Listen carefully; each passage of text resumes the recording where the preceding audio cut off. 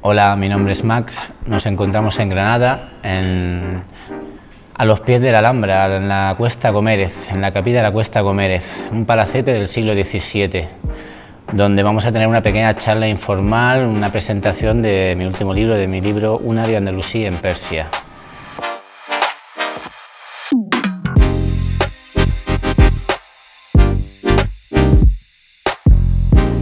Buenas noches a todas y a todos, bienvenidos a la presentación de Un área andalusí en Persia de Maxim Miller. Bienvenido. Gracias. Maxim nació en Valencia y es un valenciano viajero, digamos, ¿no? Culo inquieto. Un culo inquieto. Has estado en bastantes países viviendo y me gustaría que nos contaras tu primer recuerdo de tu primer viaje. Mi primer recuerdo de primer viaje, creo que fue en Brasil, en el Amazonas, en Brasil, cuando mi madre le dio por irse allí a buscar lo que estuviese buscando, la paz interior, no sé. Y lo recuerdo muy bien porque vivíamos en una especie de, no era aldea, era una comuna, digamos, y el jefe o el jefecillo, el que mandaba allí, decía que no hacía falta beber agua porque los alimentos que ingeríamos a diario nos aportaba el líquido necesario. Bueno, una movida. El caso es que tengo el recuerdo de subirme a una caja de Coca-Cola para poder beber agua del grifo y el tío venir por detrás y darme una colleja, ¿no? Diciendo no, que no se bebe agua. Y eso ahí empecé a viajar. Te he preguntado porque Un área andalusí en Persia es una biografía, autobiografía. No me gusta llamarlo así, es más bien un libro de viajes, pero sí, bueno, es... iba a decir sí que es un libro de viajes donde cuentas tu vida a lo largo de los países en los que has vivido.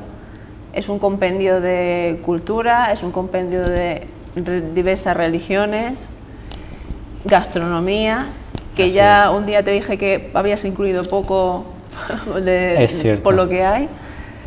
Y también hay algo muy importante de historia, que ya lo comentamos una vez.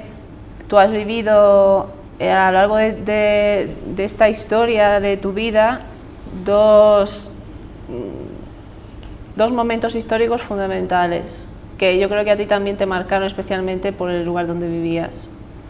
Uno fue la muerte de Ayatollah Khomeini y la otra la caída del muro de Berlín. Qué coincidencia además que las dos pasaron en el mismo año, ¿no? En el 89. Y sí, fue un año para mí de cambios radicales, de mudarme, de vivir en Madrid a mudarme a Qom, ¿no? A 165 kilómetros de Teherán, el centro chiita, digamos, del país. O sea que fue un cambio muy brusco. Porque además el punto de vista de donde tú lo cuentas cambia mucho cuando tú vives en Occidente o vives en Oriente. Porque yo recuerdo, por ejemplo, la caída del muro perfectamente vista con ojos de occidental. En cambio, seguramente la muerte de Ayatollah Khomeini para mí es algo que ocurrió en la historia, pero que no me llegó tan profundamente como te pudo llegar a ti, que lo viviste con una profundidad muy distinta. Claro. ¿Cómo recuerdas ahora aquel momento histórico que tú has vivido tan de cerca? ¿Cómo lo recuerdas? Pues en un principio con incertidumbre y también miedo, ¿por qué no decirlo, no? Porque con 12 años estás viendo la caída del muro de Berlín en Antena 3, que acaba de salir en España, y al día siguiente estás aterrizando en Mehrabad, en Teherán. Entonces, ese cambio tan radical, que no estamos hablando de ir de Granada a Sevilla, estamos hablando de 8.000 kilómetros, pero que te separan totalmente de lo que del concepto de vida que tenías hasta ese momento, de un día a otro. Y entonces, hasta que te haces con el idioma, hasta que entiendes hasta el simple gesto de que un sí no es igual que un sí en España, porque, por ejemplo, en Irán no es así. Entonces, yo iba a subirme al autobús y yo decía, ¿haram? ¿Va al haram? Y me hacían así, yo me subía y decía, claro, hasta entender el sí y el no era difícil, o sea, fue empezar de cero, y eso con 12 años meterse en un país donde acaba de terminar una guerra de 8 años y hay dificultades, hay hambre, hay necesidades, es complicado, es duro, pero se aprende. Otro elemento que te acompaña a lo largo de tu obra es la música, que es fundamental, que además sigue en tu vida ahora mismo porque sigues dándole al vinilo, ¿no? De alguna manera, pero hay personas que han marcado tu vida y que te acompañaron en este largo viaje. Sí. ¿Quiénes fueron? Pues en la etapa que estaba en Irán, gracias a Dios que me pude llevar, porque allí la música estaba prohibida, digamos, y 2 radiocasetes que me pude llevar, uno de Franco Battiato y otro de Bob Marley. La verdad es que en muchos momentos me dieron la vida y me salvaron, me dieron optimismo de seguir allí, ¿no? ¿Era el único enlace que tenías con, digamos, con tu mundo en Europa? Esa cinta a la que seguramente le girabas con un boli, ¿no? Sí, con el boli big. No, luego nos inventamos, ya cuando estábamos más espabilados, nos inventamos una antena que llegaba hasta el techo del Donetsk, ¿no?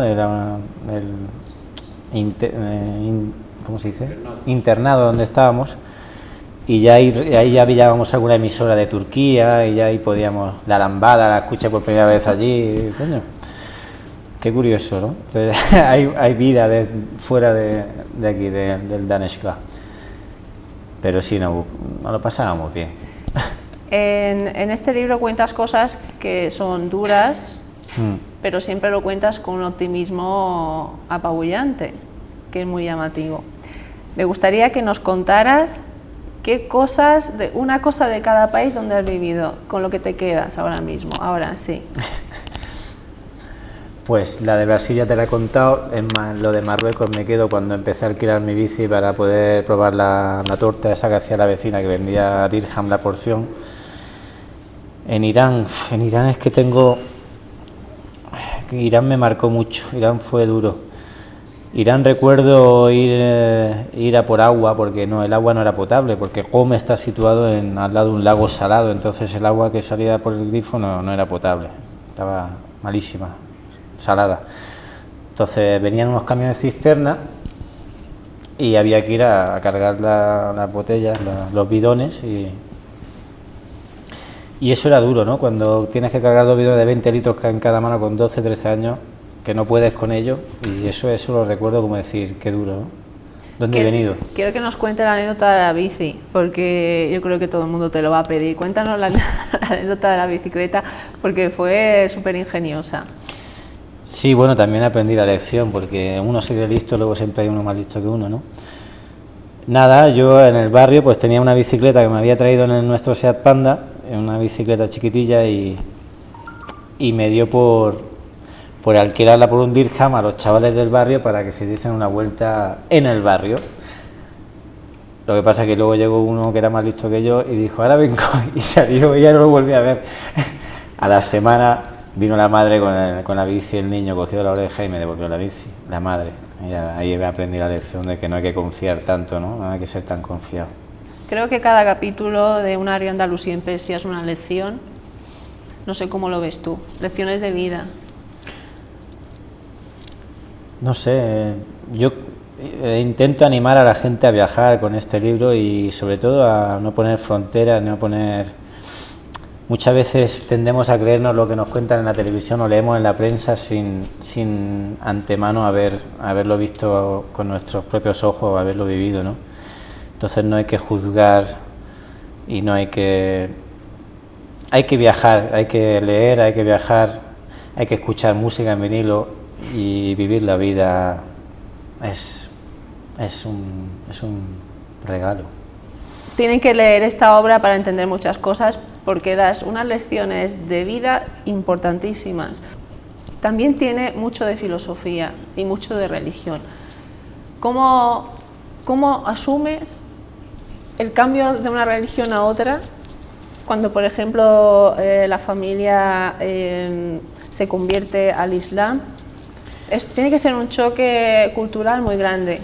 Personalmente, yo creo que le chocaba más a mi madre que a mí. El cambio, la capacidad que yo tenía de cambiar, no de religión, sino de de amoldarme a donde estaba sin necesidad de sufrirlo, ¿no? O sea, si uno se convierte al Islam o al budismo o a una religión, se supone que estás creyendo en eso y tienes que basarte en la doctrina de esa religión, ¿no? Pero yo, sin embargo, al volver de Irán tenía claro al día siguiente que mi nombre era Maxim y no era Ali, que había sido Ali durante 8 años, sí, pero que yo ya había pasado esa etapa, esa fase, no tenía por qué sentirme mal o arrastrar una etapa que ya había pasado.